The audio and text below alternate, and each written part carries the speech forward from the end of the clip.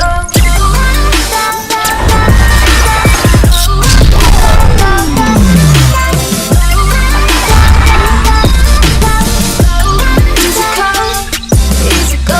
I wanted to do a video on dietary self-monitoring. Now, a lot of people go in kind of two extremes of this, where they do this kind of ultra-rigid, perfectionistic style of dieting, where they religiously track everything, weigh everything, track it online to the nth degree, and follow kind of some form of macronutrient profiling and stuff like that.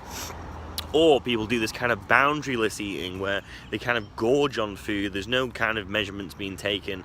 Or you might be trying to get in shape, doing kind of more the clean eating phenomenon, where you believe that there's certain kind of magical properties in certain foods, and that's going to get you in shape regardless of the quantity. So basically, what I'm trying to say on this video is that you need to find a kind of balance between the two.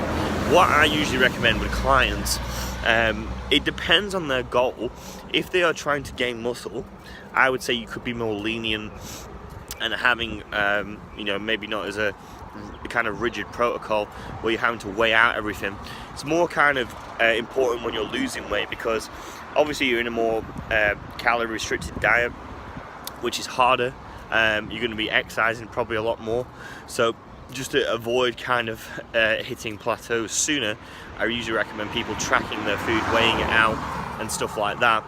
You're less likely to hit kind of a weight loss kind of sticking point. It's not going to be quite as frustrating, it's not going to be quite as stressful as it would be if you were to track everything and monitor it and calculate it. You're less likely to when you're actually losing weight, you're trying to build as well self-efficacy. So you're trying to build that belief in yourself that you can succeed in losing weight. So if you're tracking things and you're being somewhat meticulous about it, you know what's constituting to what. If you hit a sticking point, you can change it very easily. Now, if you're building muscle, it's less. The idea is you're trying to gain weight at the end of the day. So if you're eating slightly more here and there, it's not going to actually be a detriment to your muscle building gains, because at the end of the day you're trying to be in a calorie surplus, you're trying to eat more than you burn. So you can be a bit more lenient. Now, for kind of maintenance, or for like the general population, what I would recommend is a kind of balance between the two, where you are tracking things, and you're also doing kind of intuitive eating as well. So you're gauging things on your hunger levels. You might not be tracking every day. You might do it every, maybe 2 days a week, 3 days a week, something like that. And also you're making calculated estimations when you're actually putting it in on like a MyFitnessPal or a FitDay account or some kind of online fitness journal. So it's kind of, you're trying to find a balance between all of it. The reason why I say this, because a lot of studies show that a lot of people get very stressed out from doing this and actually hinder their weight loss in some cases, because you're less likely to kind of be as adherent with it if it's causing you a lot of frustration.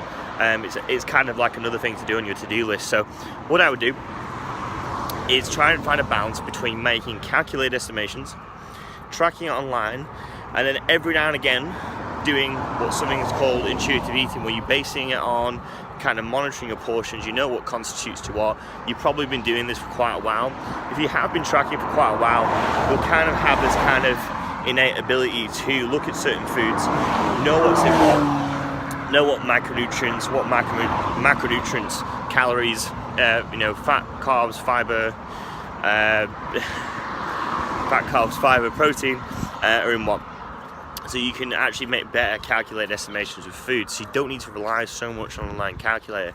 I really only focus if you're really trying to dial down into very single-digit body fat percentages and stuff like that. That's when I would focus on getting a little bit more stricter with the tracking, because it's you have to be more meticulous, because you're more likely going to find that your body's going to fight it more. So you have to be more on top of things, so you know what's constituting to what. Then you can make a readjustment and a modification if you hit a sticking point. So hope that makes sense.